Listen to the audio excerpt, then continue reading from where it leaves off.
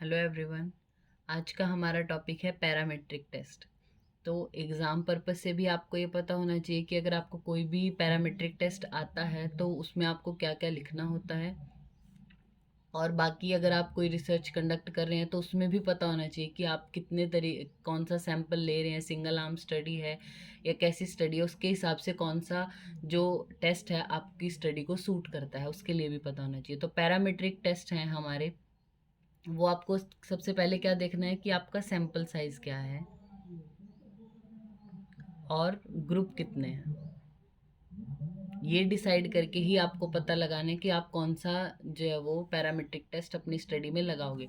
तो सबसे पहले अगर हम बात करें ग्रुप की, तो अगर एक सिंगल ग्रुप है आपका, मतलब जो सिंगल आर्म स्टडी है, तो उसके लिए हमारा लगता है paired t test. Paired t test कैसे कैलकुलेट करना है? T is equal to x bar, मतलब जो इसमें पेयर्ड डेटा लिया जाता है। एक सैंपल अगर आप ले रहे हो तो उसमें ही जो इंडिविजुअल, सपोज आपका जो सैंपल साइज है वो 10 है, तो ये 10 पेशेंट का ही आपने डेटा लिया बिफोर ट्रीटमेंट, अपना ट्रीटमेंट देने से पहले या जो भी इंटरवेंशन आप करने वाले उससे पहले।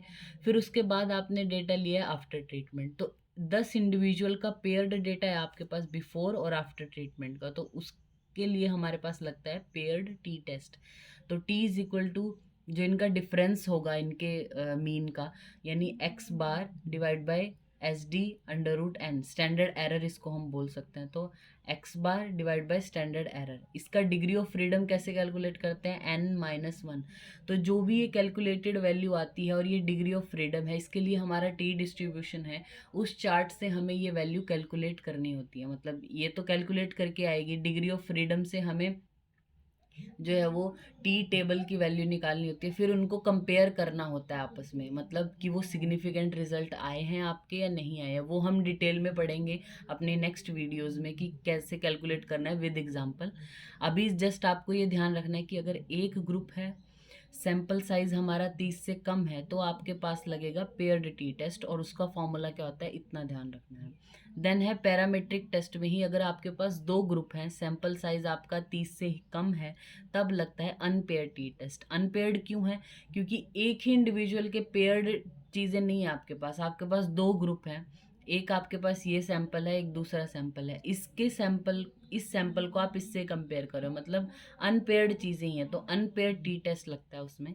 उसको कैसे कैलकुलेट करते हैं? x1 bar minus x2 bar under root S D मतलब स्टैंडर्ड डेविएशन, इसमें पूल्ड एस डी लगता है, तो standard deviation under root 1n+1 + 1/n2।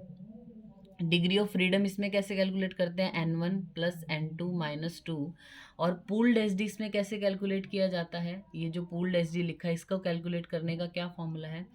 SD1² n1 - 1 + SD2² n2 - 1 divide by n1 + n2 - 2 whole under root. तो ये pooled S D calculate करके इस यहाँ पे इस वैल्यू में पुट किया जाता है। तो अनपेयर्ड टी टेस्ट, अगर आपके पास सैंपल साइज 30 से ज़्यादा है, और मोस्टली जो क्वालिटेटिव डेटा है उसके लिए हम यूज़ करते हैं जेड टेस्ट। तो हमारा जेड टेस्ट है मोर देन 30 के लिए लगता है सैंपल साइज। तो ये वन टेल्ड भी होता है, टू टेल्ड भी है। वन टेल्ड के लिए ये फॉर्मूला है, मतलब क्वालिटेटिव और क्वांटिटेटिव दोनों के लिए ही लगता है। जब क्वांटिटी की बात करेंगे तो हमारे पास जो आपका जो मीन आया है, मतलब sample mean minus population mean divide by standard error. अगर आप क्वालिटेटिव डेटा के लिए यूज़ कर रहे हो तो P - P, मतलब under root PQ under root n. तो ये क्वालिटेटिव के लिए, ये क्वांटिटेटिव के लिए लगता है। ये वन टेल्ड की बात की है। टू टेल्ड में क्या होगा? z is equal to x1 bar minus x2 bar divide by standard deviation है जो SD1² divide by n1, SD1² divide by n1 + SD2² divide by n2 and whole under root. जब हम qualitative के लिए use करेंगे तो P1 - P2 P1Q divide by P1Q1 divide by n1 + P2Q2 divide by n2 और whole under root. तो ये है हमारा जेड टेस्ट। जब हमारे पास तीन ग्रुप होते हैं इरिस्पेक्टिव ऑफ सैंपल साइज, अगर हमारे पास ग्रुप तीन है, मतलब दो से ज़्यादा ग्रुप हैं, तीन है चार है, तो उसके लिए हमारे पास लगता है अनोवा टेस्ट। एनोवा टेस्ट को हम एफ टेस्ट भी बोलते हैं। तो F is equal to mean sum of square between the groups divide by mean sum of square within the groups. आपके पास 3 ग्रुप हैं इसमें, सपोज ग्रुप ए, बी और सी। इन ग्रुप में कोई भी वेरिएशन आ रहा है तो ये जो तीनों ग्रुप आपने लिए हैं इनमें वेरिएशन है या नहीं, इनका जो डेटा है वेरिएबिलिटी है या नहीं, उसको टेस्ट करने के लिए इसका फुल फॉर्म क्या है, एनालिसिस ऑफ वेरिएंस, यानी वेरिएबिलिटी को एनालाइज करने के लिए लगाया जाता है नोवा टेस्ट। तो इन तीनों ग्रुप में कितनी वेरिएबिलिटी है या नहीं उसके लिए नोवा टेस्ट लगाते हैं। तो formula mean sum of square between the groups और mean sum of square within the groups, इससे एफ को कैलकुलेट करते हैं। तो ये फॉर्मूला इसका हो गया, लेकिन sum of square between the groups आपको कैसे निकालना है, sigma x1 bar square divide by n1 plus summation x1 square divide by n1 plus summation x2 square divide by n2। ये जितने भी आपके पास जो भी सैंपल होगा, सपोज इसमें 10 सैंपल हैं आपके पास, बी ग्रुप में भी 10 हैं, इसमें भी 10 हैं, तो इनकी जो भी वैल्यूज़ होंगी उनका स्क्वायर डिवाइड बाय n1 सबको स्क्वायर करना पड़ेगा। मतलब ये 30 वैल्यू ऐसे कैलकुलेट होंगी।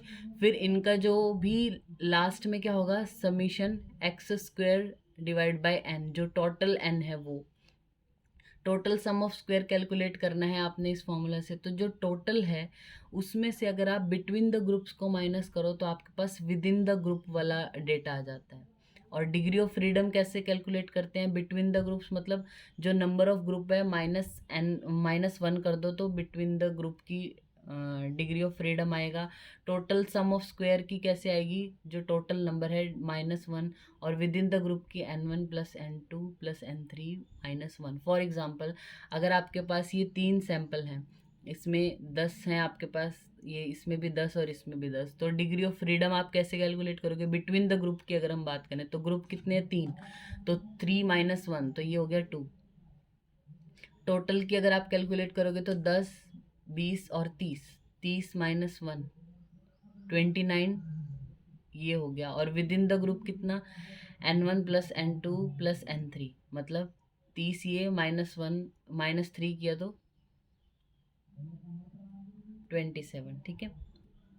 तो इस तरीके से ये जो हमारा टेस्ट है 3 ग्रुप में लगता है नोवा टेस्ट। ये एक्चुअल में क्या होता है विद एग्जांपल आपको अच्छे से समझ में आएगा कि ये हम कैसे कैलकुलेट करते हैं। बस आपको यहाँ पे क्या पता होना चाहिए कि कितने ग्रुप हो और डेटा कैसा हो और सैंपल साइज कितना हो तो कौन सा ग्रुप लगता है। तो मैं एक बार रिपीट दोबारा कर देती हूँ इसको। पैरामीट्रिक टेस्ट है, अगर आपके पास एक ग्रुप है, डेटा आपका क्वांटिटेटिव है, सैंपल साइज 30 से कम है तो लगता है पेयर्ड टी टेस्ट। अगर आपके पास 2 ग्रुप हैं, क्वांटिटेटिव डेटा है, सैंपल साइज 30 से कम है तो लगता है अनपेयर्ड टी टेस्ट। अगर आपके पास 2 ग्रुप हैं, क्वालिटेटिव डेटा है, सैंपल साइज 30 से ज़्यादा है, तब लगता है z test. Most of the time qualitative के लिए लगता है लेकिन क्वांटिटेटिव के लिए भी लगता है। फिर आता है अगर आपके पास 3 ग्रुप हों, क्वांटिटेटिव डेटा है, सैंपल साइज आपका इररिस्पेक्टिव ऑफ सैंपल साइज, तो आपका लगता है एनोवा टेस्ट। और उसके क्या फॉर्मूले हैं ये आपको याद रखना है। तो अगर आप 5 मार्क्स के लिए आपको आता है पैरामीट्रिक टेस्ट के बारे में या फिर पेयर टी टेस्ट भी आए तो एटलीस्ट ये पता हो आपको कि वो पैरामीट्रिक है या नहीं, कितने ग्रुप में लगता है, कैसे डेटा के लिए लगता है और सैंपल साइज उसका कितना होना चाहिए और उसका क्या फॉर्मूला है। तो इतना भी आप लिखेंगे तो आपको कुछ तो मतलब आपकी स्टडी के लिए आपको कौन सा टेस्ट लगाना है ये भी पता होगा। और अगर आपके पास टाइम कम है और उसको शॉर्ट में लिखना है तो ये 4-5 चीज़ें हैं जो आपको लिखनी ही होती हैं एग्ज़ाम में। तो ये हो गया हमारा पैरामीट्रिक टेस्ट। Thank you.